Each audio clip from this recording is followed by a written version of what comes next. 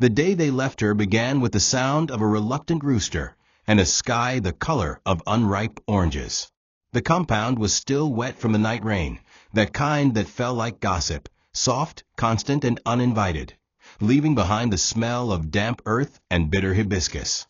Chisom's mother woke her before sunrise, not with a kiss or a gentle shake, but with urgency that felt like a mistake being corrected too late. "Stand up," she said, eyes fixed on a phone screen that glowed against her face like a secret she didn't want to share. Chisom rubbed sleep from her eyes and sat up on the raffia mat spread in her grandfather's parlor. They had arrived late like fugitives, speaking in hushed tones, bringing guilt instead of gratitude. Her father stood by the doorway, keys jingling like a warning bell, refusing to meet his daughter's gaze.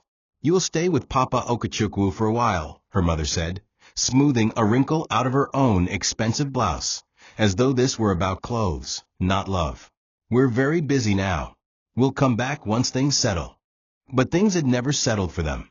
They lived like people sprinting through life, proud of their pace and blind to who fell behind. Chisom nodded in that small, obedient way children do when they have no power. She gathered her faded school bag and the brown teddy bear with a missing ear, the only constant friend she owned, and followed them into the yard where the harmattan wind tried to hide the truth with dust. Her grandfather emerged from his room in a faded singlet and wrapper, the fabric tied too high, betraying the hurried way old men dress when they fear a threat.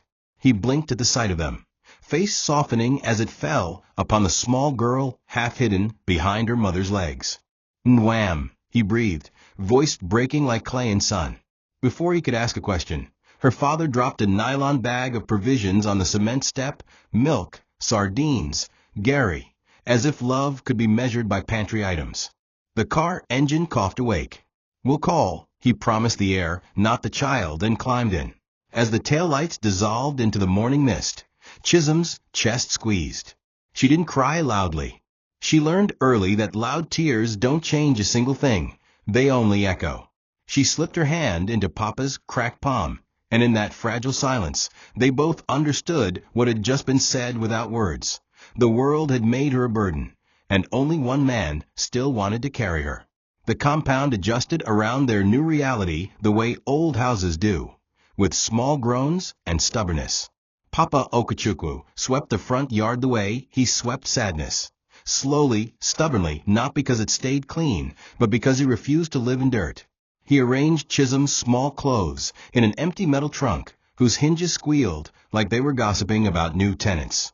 He found a mosquito net with too many holes and hung it anyway, blessing each rip with a muttered prayer. As he moved, he told stories, because stories were the only currency he had in abundance. "Do you know," he began, eyes twinkling in the half-light, "that when the tortoise first found the path to the sky, he ate clouds until his belly became rain?" Chisom smiled despite herself, nestling Teddy under her chin. She watched the way his hands shook when he lit a kerosene stove, the way he hid the shaking by humming hymns. It was in those small gestures she learned that love is rarely loud. It is a steady hand that trembles and continues anyway. In the afternoon, neighbors peeked through the bamboo fence, whispering assumptions with the confidence of people who think they know everything because they know nothing. "Their parents must be traveling abroad," one said. "They are rich people. This is temporary," another offered as comfort, the way people comfort themselves with lies they can afford. Papa ignored them and sat Chisom on a stool under the almond tree, feeding her yam with palm oil and pepper, blowing on each piece as if cool air could erase abandonment. "You will go to school from here," he told her. "You will learn to read everything, books, faces, silence. That is how to survive." Chisom nodded, memorizing the way his eyes held the sky and her future at the same time. He told her to breathe slow, to let the hurt travel through her like air in a flute. Make music out of it or you will choke. Night arrived early, dragging the kind of quiet that makes you hear the shape of your loneliness. The darkness in Papa's room smelled of camphor and old paper, of men who wrote letters they never sent. Chisom lay on the mat and listened to creatures scratching at the zinc roof, rain dripping from a gutter that never learned discipline. Her body remembered her mother's perfume, the citrus-sweet smell that always felt like a locked door. She wanted to ask Papa if parents could forget their child the way people forget umbrellas in buses, casually, repeatedly, carelessly. But she didn't know how to form the question without sounding like a betrayal against herself. He sensed it anyway. "Sleep," he said softly, pulling a thin wrapper over her shoulders, his hand lingering like a promise. "When morning comes, we will plant." "Plant what?" she asked, half asleep. "Something that grows." She closed her eyes and saw seeds that looked like words. Patience, dignity, stubborn hope. Somewhere in the compound, a goat coughed like an old man, and an old man laughed like a goat. The night's slow machinery worked, crickets stitching the hours together. A far-off radio telling news about oil and politics that had nothing to do with little girls. A neighbor arguing with a generator that refused to obey. And in the center of it all, Chisom learned the first lesson of survival. When the people who should carry you abandon you, you learn to carry yourself. But only after someone, even just one person, shows you how to lift. The first school morning from Papa's house arrived smelling of blue Bic ink and fried akara, sold by a woman who measured kindness with the same hand she measured batter. Chisom wore a uniform that fit like yesterday's promise, too short in the skirt, too hopeful in the collar, and carried an exercise book whose cover had been written over and erased so many times the paper had a memory of other children's names. Papa walked her to the school gate, his feet in cracked slippers, his pride in polished sentences that he delivered to the security man like a father paying fees in grammar. "Please look after her," he said. "She is quiet, but not weak." The man nodded in that bureaucratic way people do when they know they can't promise anything except a shrug. In class, the chalk dust flew as if letters were trying to escape the board. Miss Funme taught English with a kind of tired elegance, hair wrapped in a scarf that made her look like a general of soft wars. Chisom took her seat, kept her head down, and learned in minutes what takes some children years. Classmates can smell vulnerability the way dogs smell fear and riverbeds smell rain. It was the boy with the clean shoes and cruel eyes who said it first, loud enough for the room to hear, soft enough to make the teacher doubt. "Is it true your parents left you?" "My mother said rich people do that when children are troublesome." The class laughed, that ugly, eager laughter that doesn't belong to joy but to power. A girl with ribboned hair leaned in, inspecting Chisom like damaged goods. "Do you even know your birthday?" she asked. "Some people, without mothers, don't." Chisom felt something in her chest slide out of place, like a cup dislodged in a cupboard by a passing truck. She didn't cry. She looked at the lines on her desk instead and traced them with her finger until they turned into roads that led away. At break time, cruelty took shape and became geography. People part like curtains around those they believe are contagious with misfortune. The playground, once a wide open world of rubber bands and chalk squares, narrowed into a corridor lined with pointed fingers. A group of boys stole her water bottle and played toss-toss while she reached with small hands that never quite got there. "Maybe your rich mummy will buy you another one," someone taunted. Another boy, the one whose father had a pharmacy nearby, added his father's voice to his own. Children abandoned by rich parents become witches or thieves. They bring bad luck. And just like that, a lie sprouted legs and started jogging through the school, attracting nods and new adjectives, turning a wound into a rumor and a rumor into a weapon. Chisom stood under the guava tree at the far corner of the compound, where shadows collected like unpaid debts, and folded herself around the ache. She remembered her mother's manicured hands hovering above a steering wheel. She remembered her father's eyes avoiding hers the way a guilty man avoids the eyes of a mirror. She pressed her forehead to the tree bark and counted backward from 20, not because anyone taught her to do that, but because sometimes numbers are the only language pain can't interrupt. When the bell rang, she returned to class with dignity balanced precariously on her shoulders like a tray of eggs carried by a girl forced to learn grace by necessity. Miss Funme returned a composition she'd written, "My family." Next to the sentence, "My parents are busy," the teacher had circled the word busy and written in red. Busy doing what? The paper trembled in Chisom's hand. She wrote beneath the question, with a pencil she borrowed, because hers had been snapped in two. Busy being people who forget. She didn't submit that line. She ate it quietly with her eyes. By the time Papa arrived at closing, his singlet was dustier, his wrapper looser, his smile firmer. He held a nylon bag with 2 bananas and a sachet of groundnuts, like a prize from life's unpopular lottery. She walked toward him with shoulders squared, face pleasant. She had already practiced how to keep the day from leaking into the evening. But his eyes were old. They saw beyond performance. "Did they treat you like furniture?" he asked, not waiting for an answer. "Or like a question nobody wants to solve?" She tried to laugh and failed. "They laughed at me." Papa nodded, as though that were predictable as the weather.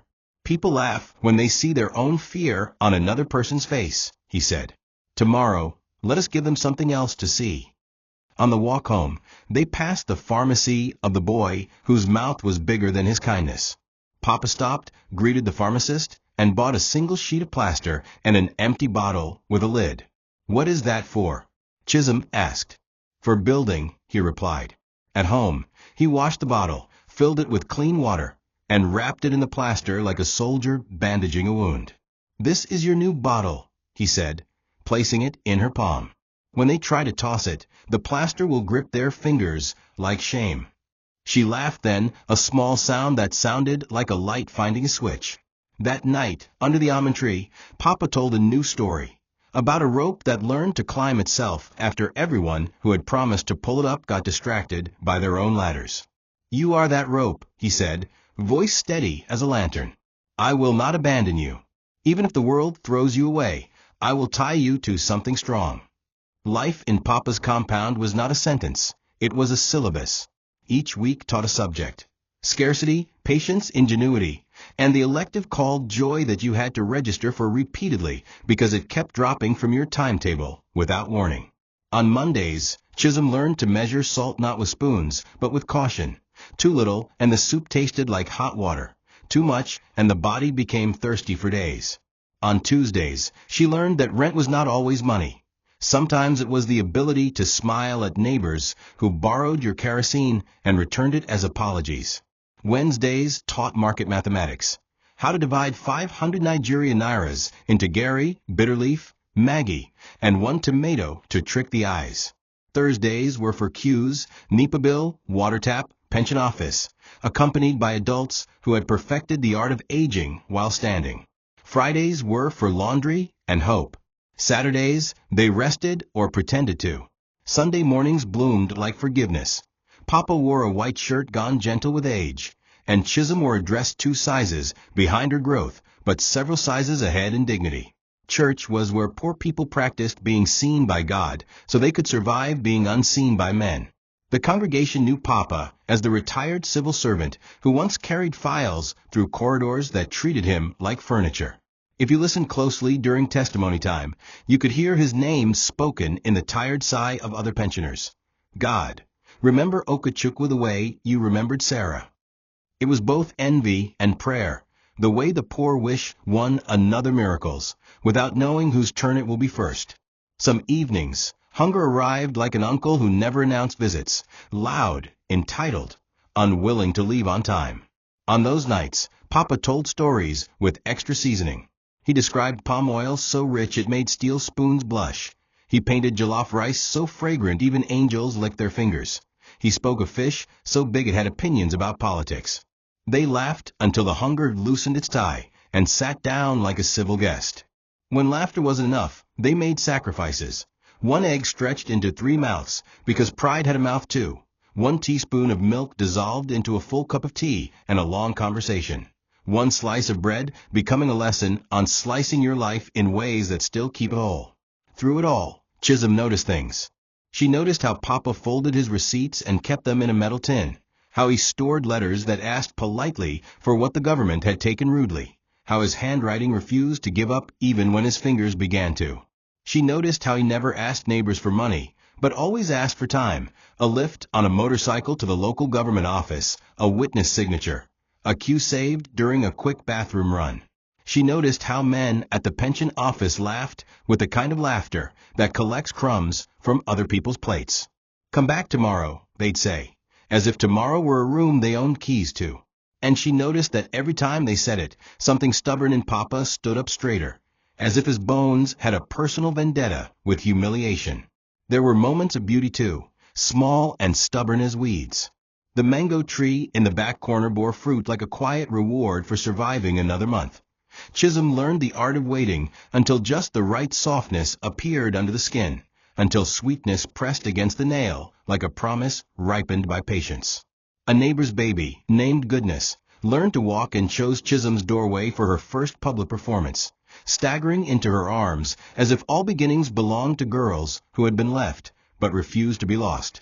On a Saturday that smelled of wet charcoal and Benson and hedges, smoke drifting from a compound where men argued about football, Papa called Chisom to sit. He spread papers on the table, like a gambler holding a winning hand. "We will sue," he said simply. "We will ask a court to remind the government that I am a human being." The word court carried the weight of movie scenes and whispered warnings. In their world, court was where powerful people went to punish principled ones. "Can we win?" she asked. "We can fight," he answered. "And sometimes fighting is a kind of winning." He took her hand then, not like a grandfather guiding a child, but like a soldier passing a flag to the next runner. "I want you to promise me something," he said. "If they drag this out until my voice is hoarse and my back is bent and my life is tired, promise me you will keep going. Promise me you will demand what is yours, even if it is only dignity." She promised. The promise settled between them like a third person in the room, quiet but present. Outside, somewhere in the neighborhood, a generator coughed into surrender, leaving a brief, precious silence. In that silence, the poor became visible to themselves. In that silence, the first chapter of justice took a breath. Wealth is loud in the city, but absent in the heart. And Chisom learned this truth not from books, but from the absence of her parents' voices. As months folded into years, the only sign that she had parents at all came in the form of a monthly transfer. 15,000 Nigerian nairas sent like a tip to Papa Okachukwa's account with a vague narration. Child upkeep. It arrived irregularly, sometimes not at all. And when it did, Papa would nod with quiet resentment, never expressing gratitude, only murmuring, "At least they remember she breathes." That money barely covered anything, especially with school fees, textbooks, kerosene, and hospital checkups. One day, Chisom overheard Papa on a call with a bank official, begging to reverse a deduction. "It's not loan money," he argued. "It's food for a child that her parents abandoned." The line went dead before he finished. That night, Chisom sat with him as he silently ate EBA without soup. She wanted to ask questions about her parents, what they were like before, what changed, whether they ever loved her. But the air around their names was always thick with unspoken pain. Instead, she stared at the walls of the room, patched with old calendars and water stains, and wondered if her father ever thought of what color her room was, or if her mother ever wondered how she laughed. In her young mind, the idea of parents became more myth than memory, a story she didn't want to tell, because it always made her feel like the ending was her fault. Life in the village settled into a predictable rhythm, one where nothing was ever quite enough, but somehow they managed. Yet fate had a cruel way of reminding Chisom that even in her quiet world, her parents' wealth still danced loudly elsewhere. One day, at the community borehole, she overheard a group of older girls gossiping about a society wedding held in Lagos. Chief Obinna and Madame Adiz were there, one girl whispered with pride. Their son got admission into Canada. You should have seen her dress, pure lace, flown in from Dubai. Chisom froze. Her father was Chief Obinna, her mother Adiz. She didn't move as the water container beside her overfilled and spilled, soaking her slippers. The girls moved on, giggling, unaware they had just uprooted a child's illusions with their words. That evening, she asked Papa directly, "Is it true? Did they go to a wedding? Is their other child really in Canada?" Papa hesitated, then nodded slowly. "Yes," he said, voice dry. "Your brother is abroad. They never mentioned you." The pain of knowing she was the invisible daughter cut deeper than all the schoolyard mockery she'd endured. Her parents hadn't forgotten her. They had chosen not to remember. It was not absence by accident. It was abandonment by design. The realization planted something sharp in her heart. That night, she cried into her pillow, not because she wanted her parents back, but because she realized they had never truly wanted her in the first place. Papa watched her change. The once bright-eyed girl who used to wait by the gate on her birthday, hoping her parents would show up, stopped asking questions. She stopped wondering aloud what her mother's voice sounded like, or if her father missed her. She threw away the only picture she had of them, a worn photograph where they smiled like strangers, holding a baby they didn't understand.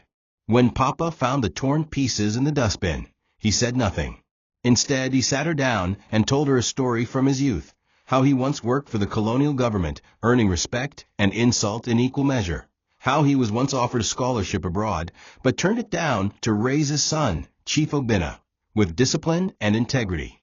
I gave him everything, he said bitterly, and he gave me nothing but silence. Chisom listened quietly, realizing for the first time that Papa too was a victim of the same people who had left her. But you, he continued, his hand on her cheek, you will be different. I failed with your father. I will not fail with you. Those words became her new prayer. In a house that had no photo frames, no television, no refrigerator, and no luxury, she found the one thing her wealthy parents never gave her, the full, undiluted weight of someone's love. The body always knows before the mouth admits, and Papa's body had been whispering for months. First came the dry cough, stubborn and sporadic. Then the fatigue, which he blamed on age and heat. But the day he coughed and saw blood on his handkerchief, the silence in the room turned into a prayer neither of them said out loud. Chisom was 14 then, tall enough to notice that the coughs were no longer gentle, and that the basin he kept by his bedside now had tissues hidden in it. One evening, as they shared roasted corn under the mango tree, Papa suddenly slumped forward, the maize falling from his hand. Chisom screamed. The neighbors rushed in, carrying Papa into the tiny bedroom, fanning him, slapping his cheeks, pouring anointing oil, and muttering incantations in equal measure. Someone shouted, "Hospital! Take him to the clinic now!" Chisom held his head in her lap, tears running down her face like she was trying to wash away the moment. "Don't leave me, Papa. Please. You're all I have," she sobbed. The tricycle ride to the government hospital felt like forever. The driver barely looked at them, only muttering, "You people should pray, oh. This sickness, na strong one." At the hospital gate, they were stopped because they didn't have the 5,000 Nigerian nairas deposit. "No bed until payment," the nurse said, as though she had said good morning. Chisom looked at her fading sandals, the sweat on Papa's forehead, and the contempt in the nurse's eyes. She ran to a nearby woman frying yam and begged her for a loan. The woman refused. It took the intervention of a church member who happened to be passing by before Papa was admitted. The diagnosis was pneumonia, compounded by untreated hypertension. The doctor, a tired-looking man with worn-out eyes, said it plainly. If this man was on pension, he would have been taking his medication properly, he mumbled, flipping through the hospital card. But when people suffer alone, their body follows suit. For the next 3 weeks, Chisom became a nurse, a watchwoman, and a cook all in one. She slept beside Papa on a bench, bathed him with warm water fetched from a borehole outside the compound, and watched as the other patients' relatives received food baskets and get-well cards. Her own classmates walked past the hospital gate on their way to school without ever knowing that the girl mocked for being fatherless had a father figure fighting for breath inside. Papa improved slightly, but the bills piled up. The hospital threatened to discharge them unless payment was made. Chisom sold her school shoes. She stopped attending classes. She washed clothes for nurses and mopped floors just to earn a few naira. Sometimes, when Papa was asleep, she cried in the bathroom, biting her towel so her sobs wouldn't wake him. One evening, she overheard 2 nurses whispering, "That old man is lucky. Most abandoned children don't lift a finger when their guardians fall sick. But that girl, God must remember her."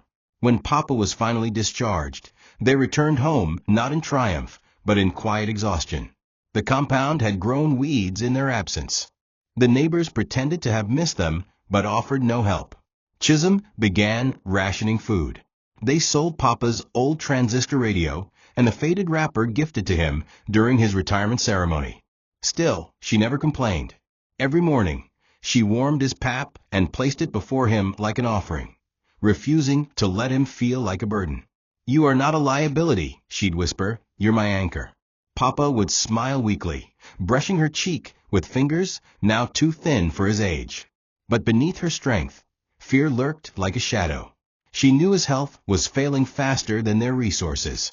One night, as they sat on the veranda watching fireflies, Papa broke the silence. "Chisom, if anything happens to me, remember, your voice is your weapon. Use it. Fight for what is yours." She didn't reply. She couldn't. The thought of losing him was too heavy, too loud, too final. Instead, she lay her head on his chest and listened to his heartbeat. Slow, tired, but still hers. That night, she prayed for two things: healing for the only man who had loved her completely, and strength for the battles she was beginning to see on the horizon. The government didn't know Papa Okechukwu by name. To them, he was just a file, dusty, delayed, and dismissed. But Papa remembered every single file number he ever touched during his service as a government clerk. And he remembered every unpaid salary slip. After his illness, something lit inside him, not anger, but something stronger, resolve. He called in a favor from an old colleague, who linked him to a pro bono lawyer named Damien. The young lawyer visited them in the village, surprised that the legendary Okechukwu was living in a leaking bungalow with no pension. "Your file was processed 3 times, Damien revealed. But each time it reached final approval, it was sent back. Someone high up sat on it." Papa chuckled. "Then it's time to make noise loud enough to move their chair." Together, they began building the case. Chisom helped organize boxes of evidence, appointment letters, promotion memos, even a photo of Papa receiving an award in 1989, back when civil service still meant dignity. She carried these files with pride, sensing that this wasn't just about money. It was about reclaiming stolen worth. When the first court hearing was scheduled in Enugu, Papa borrowed a blazer 2 sizes too big and stood beside his lawyer like a man testifying not just for himself, but for every forgotten pensioner in Nigeria. Court became a second home, with its own language, smell, and rhythm. Chisom missed school more frequently, but gained an education she couldn't have gotten in any classroom. She sat beside Papa in hearings, listening to government lawyers downplay his service and mock his records as outdated paperwork. But Damien countered with fire. "Are we now punishing a man for serving in the old government because we failed to keep records in the new one?" The judge, an old woman with tired spectacles and a sharp tongue, listened with interest. "This is not a case of entitlement," she said once. "It is a case of erasure." The courtroom murmured. Each delay was a dagger, each adjournment a fresh wound. They would return home defeated, but not broken. Chisom began writing about the case in her school essays, telling stories of Papa's battles, painting him as a warrior with a walking stick instead of a sword. Her teacher, Miss Funme, read one of the essays and cried. "If this country fails this man," she whispered, "we have failed ourselves." By the 6th hearing, journalists started to appear in the gallery. Word was spreading. "Old man fights government for 22-year pension." The headlines wrote themselves.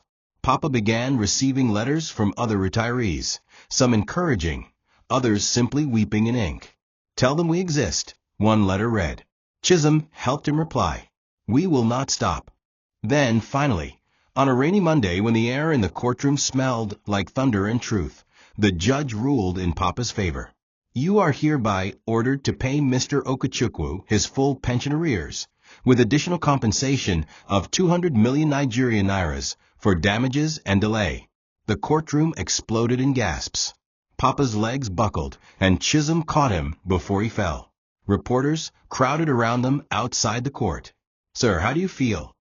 "Like a human being again," he answered, tears in his eyes. "Like my granddaughter, finally as proof that I am not a man the world should ignore." And in that moment, Chisom knew they had won more than money. They had won back his name. After the court victory, the village treated Papa Okechukwu like a silent hero who had finally raised his voice. Neighbors who once mocked his dusty shoes now stopped by to greet him with 2 hands. Old pensioners sent him palm wine. Youths wanted to snap pictures with him for Facebook, and even the head of the town union asked him to speak at the next community meeting. But for Chisom, the victory didn't mean life got easier. If anything, It sharpened her focus. She was 16 now, caught between childhood and womanhood, but hardened by a life most adults couldn't endure. When people spoke about Papa's money, she remained quiet. She knew from watching the world that money made relatives appear like ants at the scent of sugar, and sweetness rarely came without bitter consequences. Despite the media attention and local praise, Chisom's daily routine didn't change. She still rose before dawn to sweep, boil water, and press Papa's clothes with a charcoal iron. They were now financially stable, yes, but habits forged in hardship don't break at the smell of currency. And Chisom didn't trust the noise. She understood early that fame in Nigeria can be a knife with two handles, applause on one end, envy on the other. School became her sanctuary and her battlefield. Her classmates now treated her differently, not because of her achievements, but because of the headlines they had read about her grandfather. Some envied her. Money girl, they'd whisper behind her. She's acting humble now, but wait and see. Others tried to befriend her overnight, offering snacks, notes, and fake concern. But the worst were the teachers, who began calling her the pension girl, often in ways that reminded her she was still expected to fail. Money can't replace parents, one teacher remarked after Chisom scored the highest in a literature test. Let's hope she won't turn out arrogant like other rich girls. Chisom felt those words more than she let on. She returned home one evening and told Papa she didn't want to go back. He sat her down under the mango tree, where leaves fell gently like truths too shy to be loud, and said, "Nwam, if you stop now they win. Not because you are weak, but because you make their insults true." He handed her a new set of textbooks bought from the first batch of pension money. Education is your machete. Use it to cut through the jungle they built for you. She nodded, wiping her tears, and that night she studied like her future was a debt she was determined to repay. As the weeks passed, Chisom started tutoring younger students for free. Children who once ignored her now sat cross-legged at her feet while she explained fractions and vocabulary. It gave her a strange power, not the type born of money, but of usefulness. The local church invited her to speak during youth fellowship, and when she told the story of Papa's struggle, the congregation fell silent. "He didn't fight for himself," she said. "He fought so I would never have to beg to be seen." People wept, some openly, others behind their handkerchiefs. Even her old school rival, the boy who once mocked her for being abandoned, walked up to her after and whispered, "I didn't know. I'm sorry." She simply smiled and replied, "Now you do." Still, beneath the strength, a quiet fear brewed. She knew the pension victory had changed the air around them. Money has a smell. And now, even people who never greeted Papa before began hovering like flies around honey. "They will come," Papa said one evening, staring into space. "Your father, your mother, they will remember your name, not because they love you, but because they smell wealth." Chisom's lips tightened. "Let them come," she said. "I'm no longer the child they left behind." It began with a visit to the local market, a simple errand to buy yam and onions, that turned into a turning point Chisom would never forget. She had just paid the seller when a woman from the next stall leaned in and said loudly, "Chevy, this is the girl her parents left like goat in the village?" Heads turned. Eyes zeroed in. Laughter followed. Another woman chimed in. "Now that her grandfather has money, her parents will soon remember she exists." The mockery wasn't new, but this time it landed differently. Chisom wasn't sad. She was furious. She walked away, her nylon bag heavy with yam, but her heart heavier with shame. At home, she dropped the bag harder than usual, and Papa looked up from his seat. "Nwam?" he asked. "They laughed again," she said. "They think I'm just a pitiful joke waiting for my rich parents to collect me." Papa stood slowly, placed his hand on her shoulder, and said, "They don't know that the girl they're mocking is firewood seasoned by fire. They don't know you are no longer dry tears, but burning purpose." That evening, Chisom sat on the veranda and wrote a short story titled Left, But Not Lost. It told of a girl abandoned in the rain, who built her own shelter from palm fronds and dreams. She submitted it to a national essay competition. 3 weeks later, her name appeared in the paper, first place. The essay made rounds faster than gossip. Suddenly, media houses began calling again, Not for Papa this time, but for Chisom. Interviews followed. The girl whose grandfather fought for justice. One headline read, "Forgotten by her parents, now she teaches the nation." She became a quiet symbol of resilience, her voice measured, her words precise. But the more attention she received, the more uncomfortable the whispers became. Some accused her of seeking sympathy. "She's milking the pity," someone said online. Others claimed she exaggerated her story. "No Nigerian parents will abandon their child unless the child was troublesome," one commenter wrote. The digital mockery hurt more than the playground jabs. Chisom stopped reading the comments. She focused on her goals. She applied for scholarships, began learning public speaking, and refused to be defined by either pity or praise. Still, the question that haunted her grew louder. Where were her parents now? She knew they were aware. It was impossible not to be. Her name was everywhere. The same name they once cast aside, like an unwanted letter. And yet, silence. That silence cut deeper than their absence. It was proof of how hollow their hearts had become. But the worst mockery came from within, from relatives who had watched her suffer, but now claimed a piece of her victory. Aunt Ngozi from the next town, who once refused to take her in when Papa fell sick, now showed up with fried rice and juice, pretending she had always been a mother figure. "You've grown so well," she smiled. "You know you look exactly like your mummy." Chisom smiled politely, but said nothing. The hypocrisy was suffocating. Later, Papa pulled her aside and said, "A snake can paint itself green and still be poison. Don't be fooled by color." It was then she truly understood that this battle was not just about survival or schooling. It was about guarding her soul from those who had once sold it for convenience.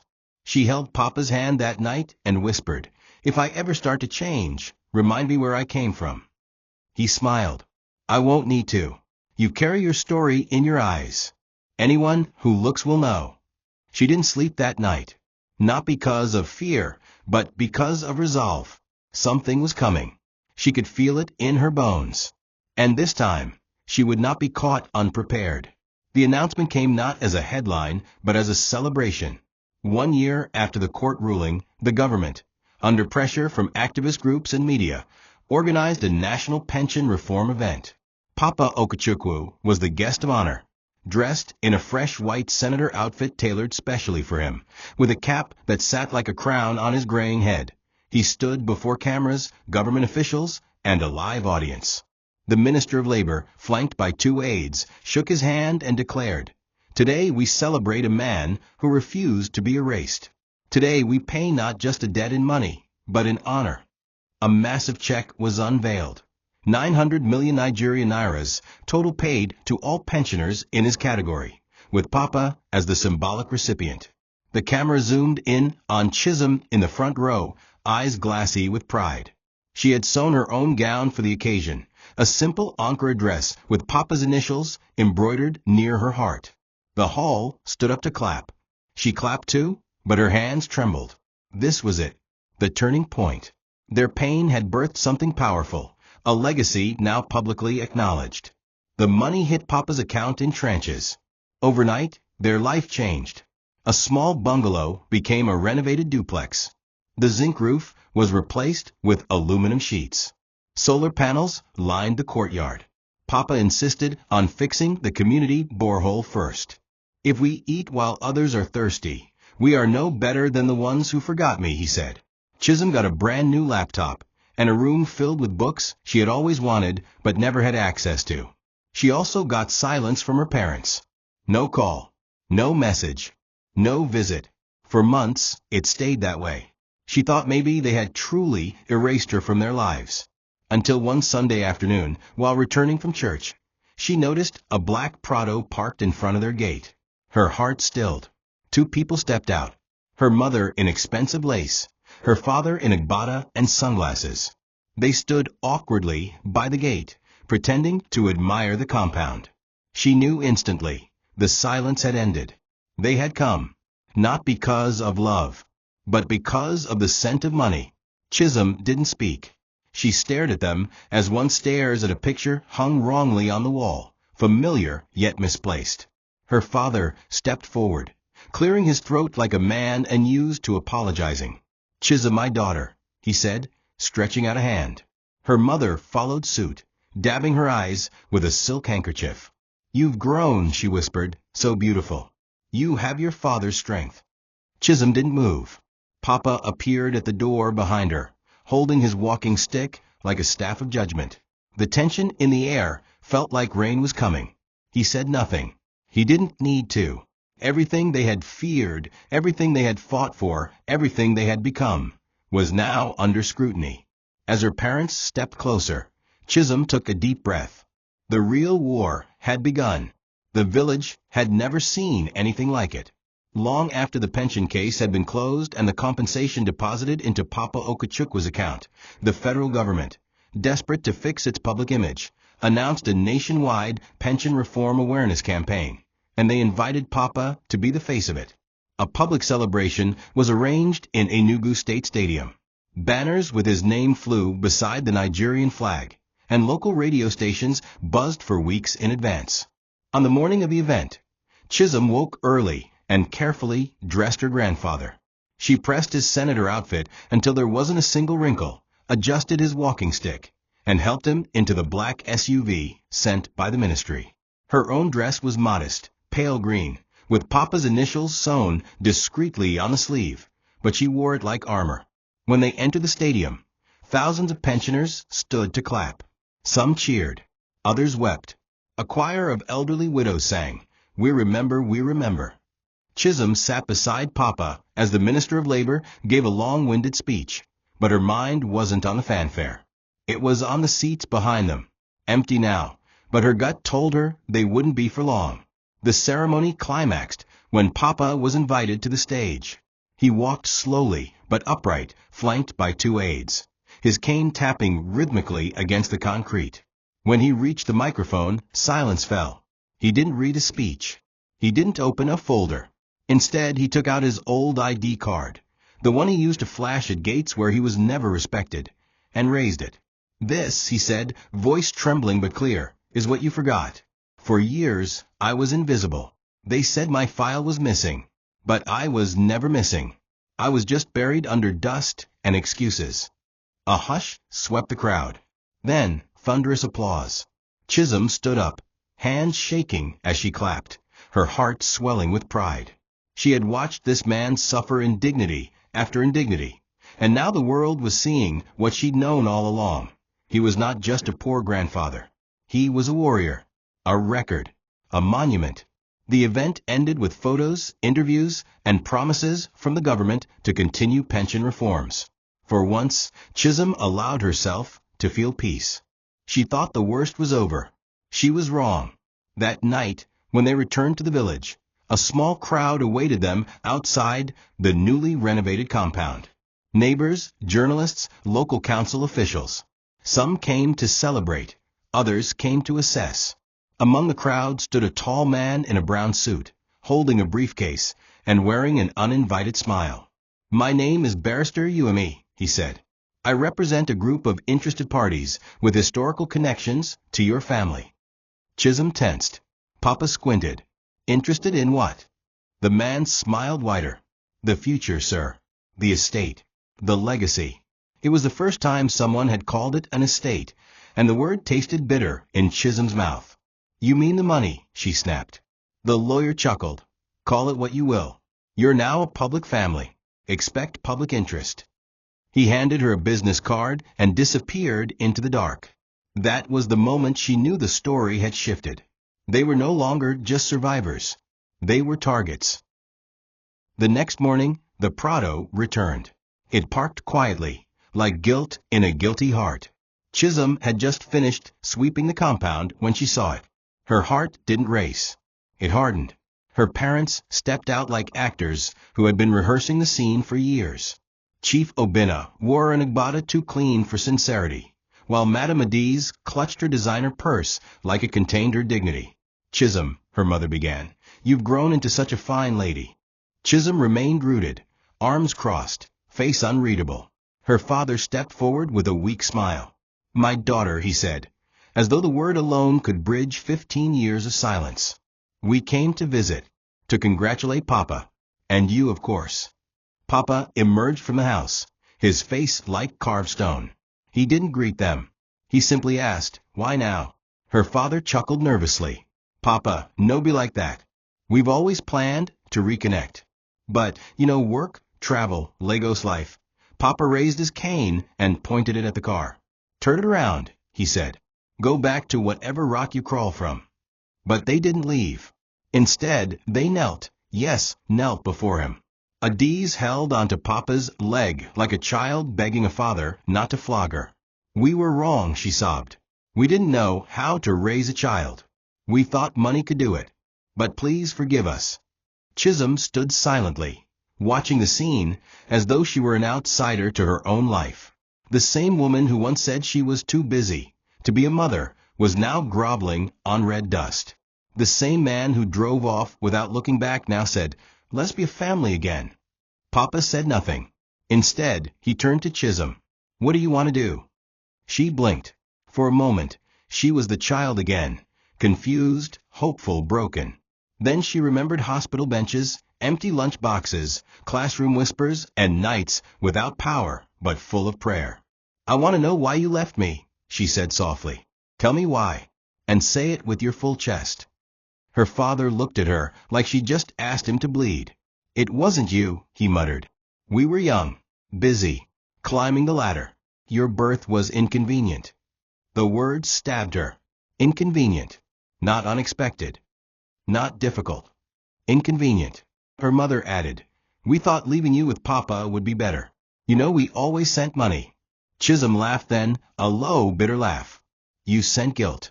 You sent the price of rice, and expected me to grow on that." She turned to Papa. "They want access now, because we're no longer poor. But they left us to rot when all we had was each other." Adiz stood slowly, her voice firm now. "You may hate us, but we are still your blood. And this house, this money, it belongs to us all." Papa straightened. "Then sue me," he said. "Let the court decide if blood without loyalty deserves inheritance." He turned his back and entered the house. Chisom followed. Her parents remained at the gate, not driven away, but not welcomed in. The message was clear. They could visit their guilt, but they could never live in their daughter's peace. For weeks, Chisom's parents kept returning like stains that refused to wash off. They brought gifts, cartons of milk, fabric from Dubai, perfume her mother said cost 180,000 Nigerian nairas. Papa never touched any of it. He told Chisom to store them in the shed, away from the house, as a reminder. Poison can wear the skin of sweetness. Her parents never pressured her directly, not at first. They played the long game, asking her about school, offering to fund her university abroad, even suggesting they could introduce her to important people who could shape her future. Sometimes they came with her younger brother, the one in Canada, who looked confused and awkward, like someone forced to meet the ghost of a sibling he never acknowledged. "You should be close," their mother said. "Your blood." But Chisom found it hard to look at him without imagining all the birthdays she spent alone, the times she cried herself to sleep while he probably cut cakes with both parents clapping. Papa watched closely. He saw the hesitation in her eyes, the way she sometimes softened when her mother cried. One night, he sat her down and said, "You will want to forgive them. That's human. But don't confuse manipulation for repentance. Guilt can mimic love when there's something to gain." Chisom nodded, but said nothing. She wanted to believe her parents had changed. She wanted to believe people could evolve. But deep down, she saw the pattern. Her mother would weep, and then glance at the compound like she was pricing it. Her father would talk a family, then ask questions about land documents. She began recording their conversations quietly, archiving their words like evidence. Uncle Damien, now their legal advisor and family friend, also began to grow suspicious. "They're not just here to reconnect," he warned. "They're fishing. And when people fish, they don't always throw the little ones back." The tension finally cracked when Papa updated his will. He told Damien to include one final clause. Should anyone challenge this will or the rightful heir, their share shall reduce to 1 naira. He called Chisom and made her sign as witness. "Let them come," he said. "Let them come with all their perfume and pretenses." That same week, Chisom requested a private meeting with Damien. He offered 20 million Nigerian nairas if Damien would help adjust the will quietly in his favor. Damien refused. Instead, he recorded the conversation and gave the audio to Chisom. She cried that night, not because she was surprised, but because some wounds still sting even when expected. She sat beside Papa under the stars and whispered, "How do you keep loving me so loudly when the people who made me chose silence?" He smiled, eyes glassy. "Because when your father left me, I lost a son. But when you came, I gained a legacy." The morning was still and solemn, with clouds resting lazily over the roof of their house like a warning wrapped in cotton. Inside, Papa Okechukwu sat in his reading chair, a thin blanket around his legs, looking far older than he had just a month ago. The energy that had once driven him to courtrooms and national stages had waned, and in its place sat a man at peace, though not yet done. "It's time," he told Chisom quietly, tapping his walking stick once against the tiled floor. She looked up from the book she was reading beside him. "Time for what?" He nodded toward the study, a small corner room with boxes of documents, photos, receipts, and a metal file cabinet that held the fragments of their entire life. "Time to sign everything over. Not because I'm dying," he added, seeing the flicker of fear in her eyes, "but because when people like us wait too long, wicked people steal everything when we're too weak to fight." That sentence hung in the air like incense, sacred, heavy, and unspoken truth. Chisom swallowed her reply, stood up, and walked to Damien's number in her phone. Within hours, the lawyer arrived. Damien brought with him a typed will, a neutral witness from the community, and a solemn air that made the walls feel tighter. Papa sat at the table, cleared his throat, and began to dictate changes.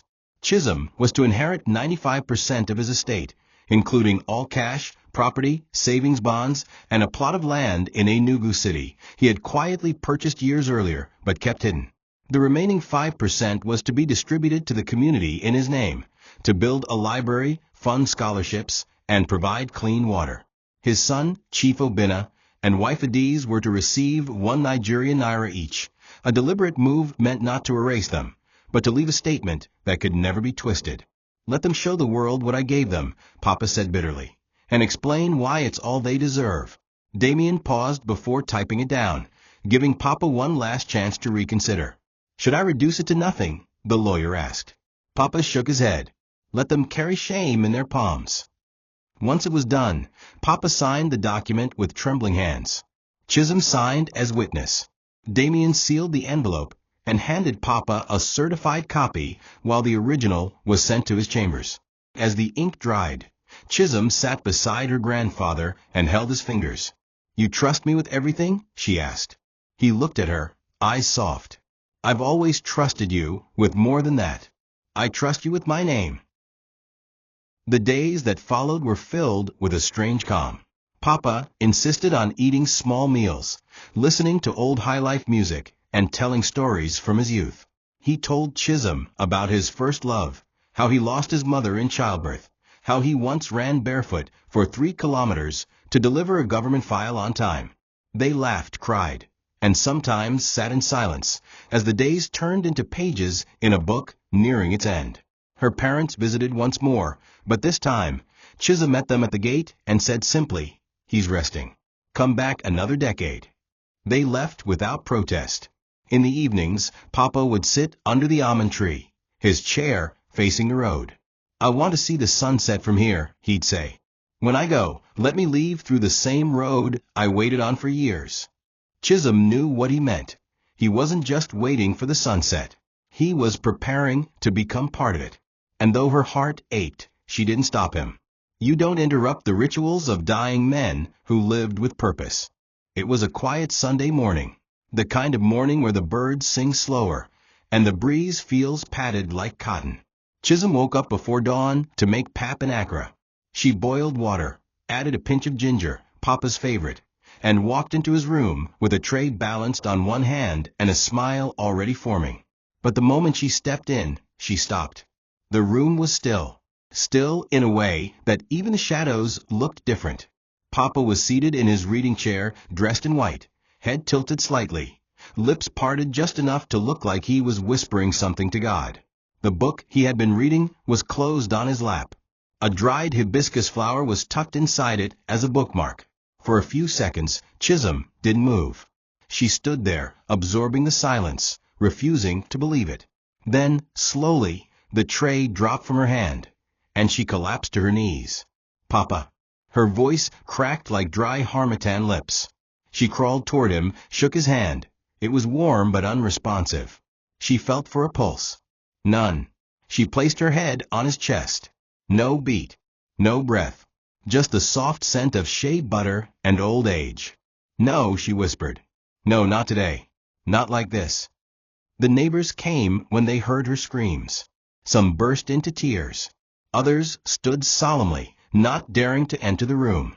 A few took pictures for Facebook, the shameful new culture of digital mourning. Damien arrived that afternoon, embraced Chisom tightly, and helped organize everything. The funeral would be in 5 days. Dignitaries sent messages. Former colleagues sent wreaths. Even the minister who had once paraded Papa on national TV called to say he was a good man, a proud Nigerian. But none of those tributes mattered to Chisom. She sat by Papa's bed every night until burial, speaking to the air, sharing stories like he was still there. "You know, I made jollof with too much pepper yesterday. You would have laughed." Or, "I saw your picture in the papers. You looked like a politician." Or sometimes just silence, the way she used to sit beside him during power outages, when the only light was from the moon and love itself. On the day of the burial, she didn't cry much. She wore white, not black. She didn't want pity. She wanted dignity, the way Papa lived. She stood before the crowd and said, "He wasn't just my grandfather. He was my entire foundation. And from this day forward, I walk on the road he built." But grief is tricky. It doesn't always arrive at the funeral. It sneaks up weeks later, in empty chairs, in quiet mornings, in the urge to show him something you achieved, only to remember he's no longer here. The house felt different. Cleaner, louder, emptier. Chisom slept in his bed for 3 days. She wore his wrapper around her shoulders. The villagers stopped by daily with food, words, and their versions of comfort. "He lived well. He's resting now. He trained you well." But nothing, they said, filled the void. It wasn't just a man that died. It was her protector, her wall, the only person who never questioned her worth. She went through the motions, thanking guests, accepting condolences, attending post-burial meetings. But at night, she'd stare at the ceiling and whisper, "I miss you, Papa." The echoes replied with silence, and the silence was the loudest answer she ever got. 1 week after Papa's burial, the compound felt like a courtroom. Chairs lined the yard. The gate buzzed with distant relatives, church elders, community leaders, and, to no one's surprise, Chief Obinna and Madame Adiz, dressed in elegant mourning clothes that reeked of drama more than grief. Damien arrived with his briefcase, flanked by 2 legal assistants. He asked that only direct family members stay for the reading. The others were ushered to the corridor. Chisom sat calmly, arms crossed. Her parents sat opposite her, smiling stiffly. Her mother wore a veil she kept adjusting, like grief was a performance she hadn't rehearsed enough. Her father leaned forward, expectant, as though preparing to collect a reward for returning late to a child's life. Damien cleared his throat and began.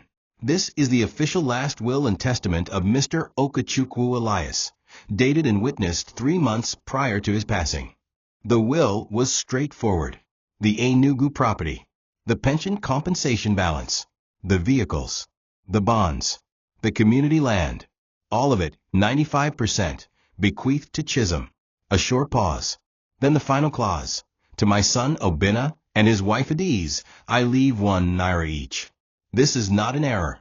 It is my full and final gesture, not born from hatred, but from memory. A man should leave his wealth where his love lived. The silence was volcanic. Then it erupted. "This is madness," Chief Obinna shouted, rising to his feet. "You must be joking." Adiz's veil fell off her head. "We're his children. How can a whole inheritance go to a girl that wasn't even legally adopted?" Damien remained calm. You are welcome to challenge the will in court. But let me warn you, there are video recordings, witness statements, and a clause that reduces your share to zero if you challenge. So from 1 naira to nothing. He placed 2 coins on the table. Would you like your inheritance now or later? The room fell into chaos. Her mother stormed out first, muttering curses under her breath. Her father sat down heavily, staring at the coins like they were poison. Chisom remained quiet. She didn't gloat. She didn't cry. She simply stood, picked up the will, and walked away. As she passed her father, she paused. You were right that day you dropped me off. You said you were too busy. I hope now you have time to count this naira. And with that, she entered the house, not just as a girl who had survived, but as a woman who had been chosen by legacy. They left the compound that day in silence, but silence does not mean surrender. Chief Obinna and Madam Adiz may have walked out humiliated, but inside their polished SUV, anger fermented like spoiled wine. By the time they reached their hotel, Adiz had removed her heels in frustration, cursing Papa Okachukwa's ghost with every step. He planned this, she hissed. That man knew exactly what he was doing. Giving us 1 naira? Does he think we're fools? Obinna said nothing at first. He sat in front of the mirror, staring at his own reflection, not with shame, but calculation. It's not over, he finally muttered.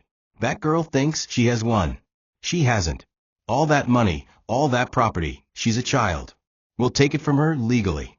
And thus began the scheme, polished in deceit, dressed in fake concern, and carried forward by people who had never carried her as a baby, never wiped her tears, never bought her a birthday gift, but now claimed her life's inheritance as theirs.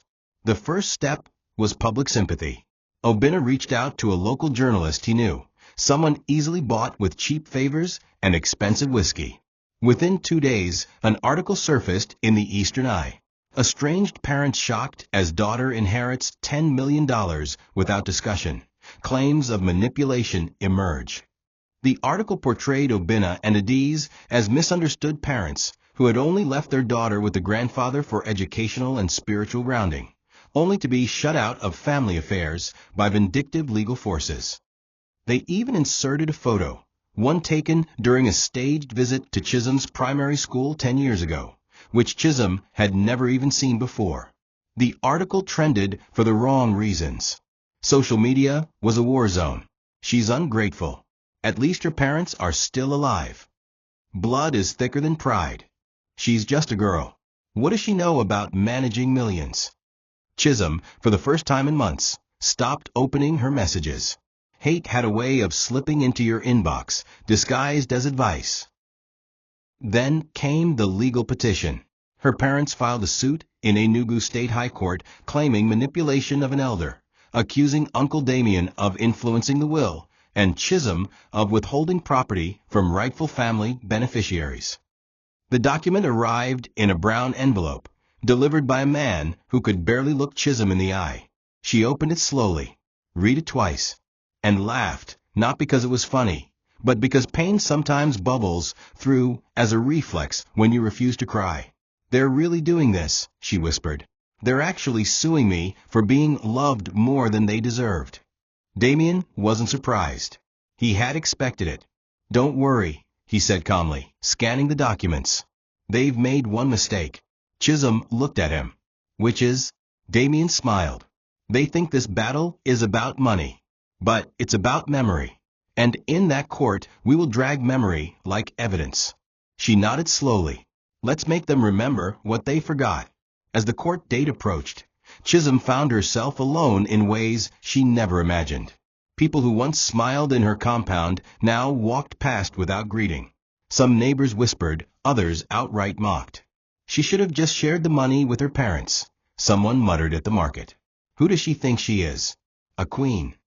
Even her former classmates, especially those who had once envied her eyes, began reposting old photos, fueling the narrative that she had been turned against her family by lawyers and wealth.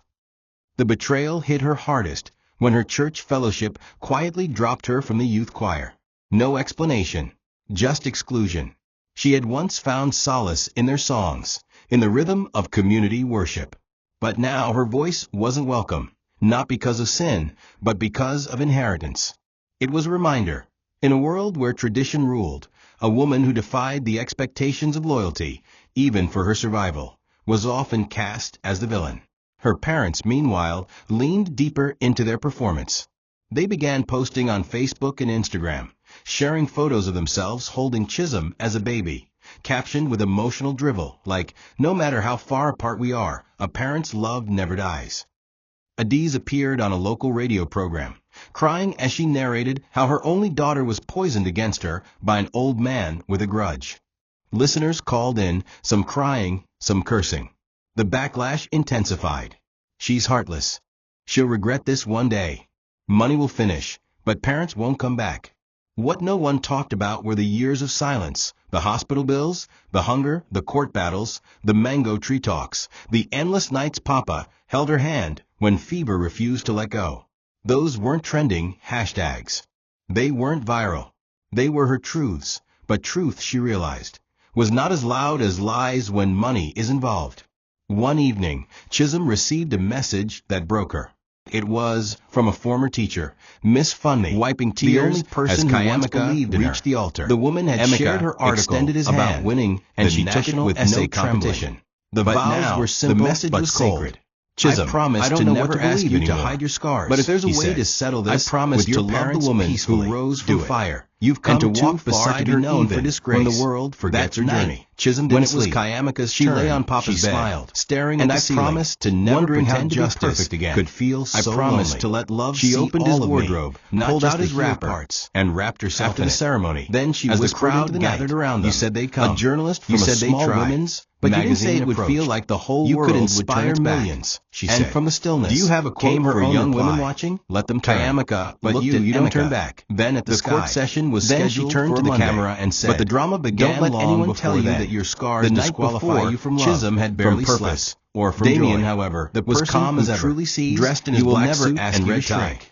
Armed The with a picture of folder her so speaking, thick it with her looked like a scar Bible of visible and a receipts, smile statements, radiating and strength, recorded history. went viral They in the weeks that underestimated followed. one thing. She was He called told the her Bride of as they Bravery walked into by the local courtroom. media. Documentation. But titles didn't matter The to her. courtroom was packed. That night, Journalists as she sat lay at the back. beside her husband, Family Emeka friends whispered, filled the middle "You row, know, and I've her never parents, seen anyone seated in fight front, for their own were soul dressed like like you did." mourners. She Black smiled lace, in the dark dark glasses. "I wasn't and just somber fighting for expressions, myself," she rehearsed replied, for public "I pity. was fighting The for judge, every girl an who thought elderly beauty woman with was a their fierce only gaze, value."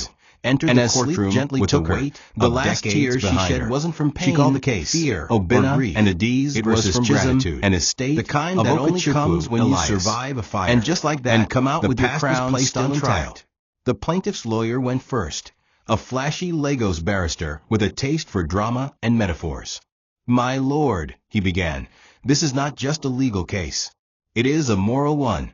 A child, now wealthy, has been turned against her parents by a manipulative grandfather and greedy lawyer." He presented photos, videos of Adiz holding baby Chisom, bank statements showing past transfers, and even a recorded phone call where Chisom once said, "I miss my mother," to a schoolmate. It was a circus. The courtroom buzzed with murmurs. Chisom's heart pounded. She felt like she was watching herself be painted as a monster, not by truth, but by polished deception. Then it was Damien's turn, and the room fell quiet. He stood slowly, opened his folder, and began to speak not as a lawyer, but as a man who had walked every dusty road of this family's history. "Let us talk about love," he said, "because this case isn't about money. It's about absence, neglect, and now entitlement." He presented evidence meticulously. Hospital bills paid by Chisom, photos of school attendance sheets signed only by Papa, voice recordings of her parents admitting they were too busy to raise her, witness statements from teachers, neighbors, and even the local pastor confirming years of abandonment. He even played the secret audio of Chief Obina offering 20 million Nigerian nairas to alter the will. Gasps filled the room.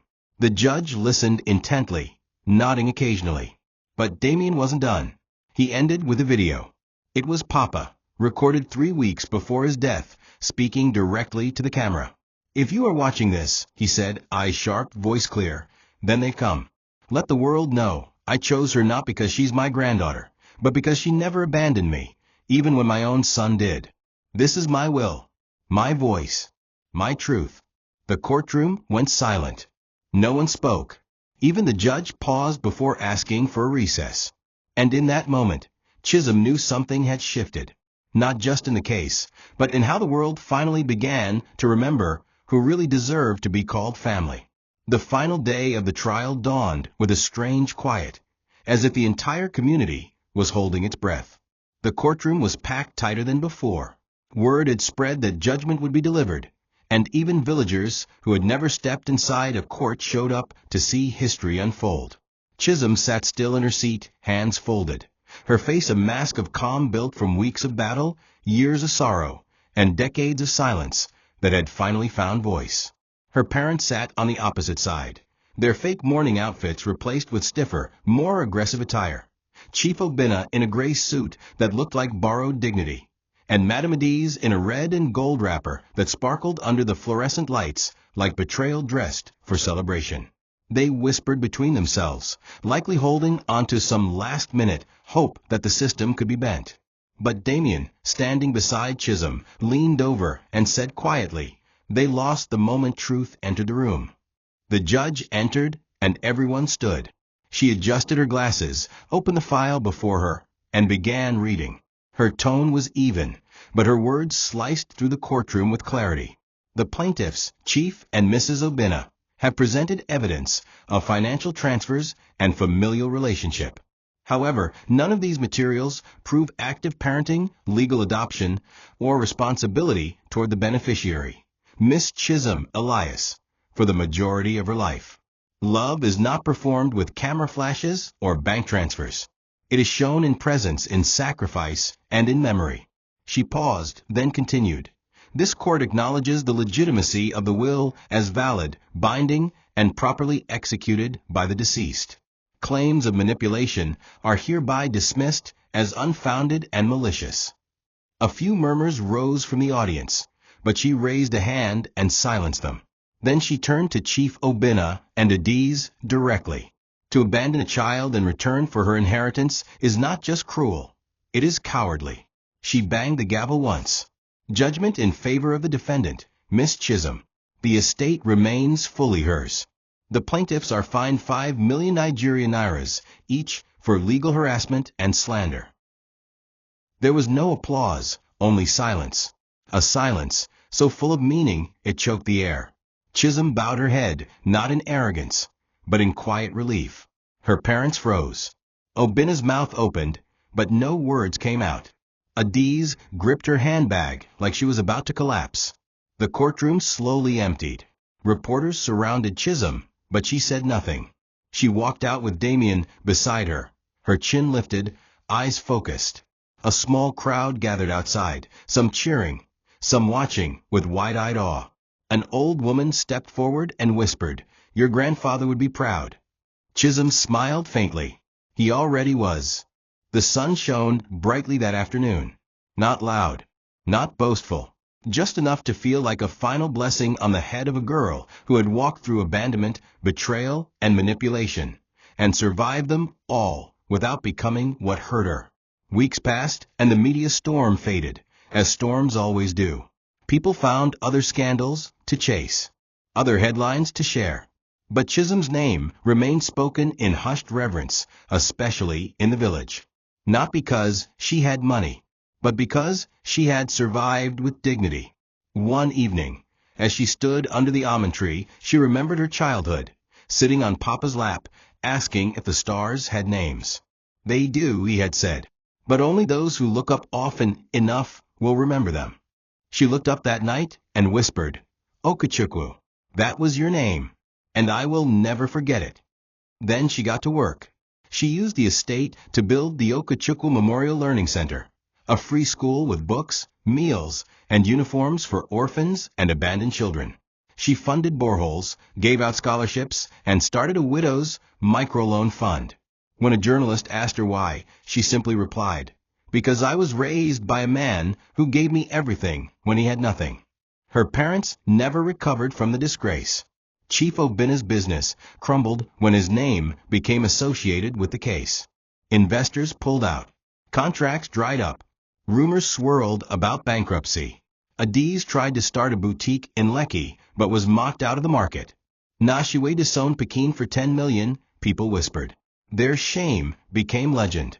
And when Chisom's brother, the one who had once studied in Canada, tried to apologize, she listened, but said only, "Your silence all these years spoke louder than your blood."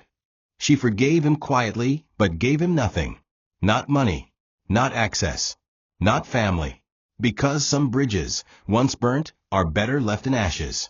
She returned to her life of purpose, rejecting every TV interview that wanted to turn her into a symbol. "I don't want to inspire. I want to impact," she said. She chose to live simply, dress humbly, and walk with the quiet confidence of someone who had been chosen by love, not money. The story ends where it began, in the quiet compound where love was first planted. Chisom now sits where Papa once sat, under the almond tree, a new generation of children playing nearby. She's in her 20s now, strong and beautiful, her eyes carrying storms and sunrises. She speaks to the children the way Papa spoke to her, in proverbs, in laughter, in steady truth. And when one child asks, "Anichi, who taught you how to love like this?" she smiles softly and replies, "A man who had nothing but still gave me everything." The camera pans upward. The sun filters through almond leaves. And beneath the rustle of wind, a voice echoes in memory. Let them come. Let them try.